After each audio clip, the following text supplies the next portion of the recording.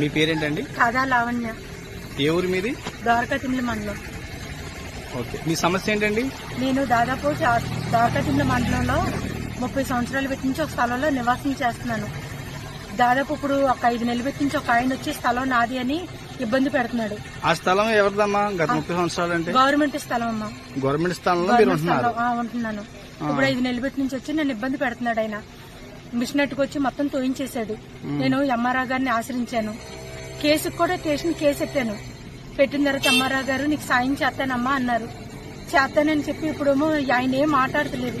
నాకు న్యాయం జరగాలి. నాకు ఉన్నదానికి నాకు స్థలానికి పట్టాకై ఇప్పించాలని నేను మనస్ఫూర్తిగా అడుగుతున్నాను.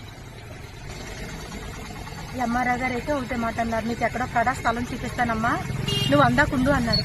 కానీ అది పట్టించుకోకుండా మళ్ళీ 4 రోజులు పెట్టి నుంచి 4 మొగలు తీసుకొచ్చి నన్ను చాలా ఇబ్బంది పెడుతున్నాడు. ముసలిదానికి ఒంట్లో బాగోదు, నేను పనిలో వెళ్ళిపోతున్నాను. వాళ్ళు వచ్చి వాళ్ళ ఇష్టాసాకారంగా మాట్లాడుతున్నారు. ఇంట్లోంచి వెళ్తావా అని చెప్పి కర్రలు కట్టుకొని వచ్చుకొని వచ్చి ఇంట్లో బెదిరించేస్తున్నారమ్మా. నాకు న్యాయం చేయమని కలెక్టర్ ఆఫీస్కి వచ్చాను. కలెక్టర్ ఆఫీస్కి వస్తే కలెక్టర్ గారి దగ్గరికి వెళ్ళలేదు. ఆ కాయంతో ఎస్ఐ గారి దగ్గరికి వెళ్ళింది. డిఎస్పీ గారి దగ్గరికి వెళ్తే మళ్ళీ ద్వారకాతిమ్ల ఎస్ఐ గారిని కలవమన్నారు. ఇంతేనమ్మా జరిగింది. ప్రభుత్వ అధికారులు స్పందించి నాకు న్యాయం చేయాలని నేను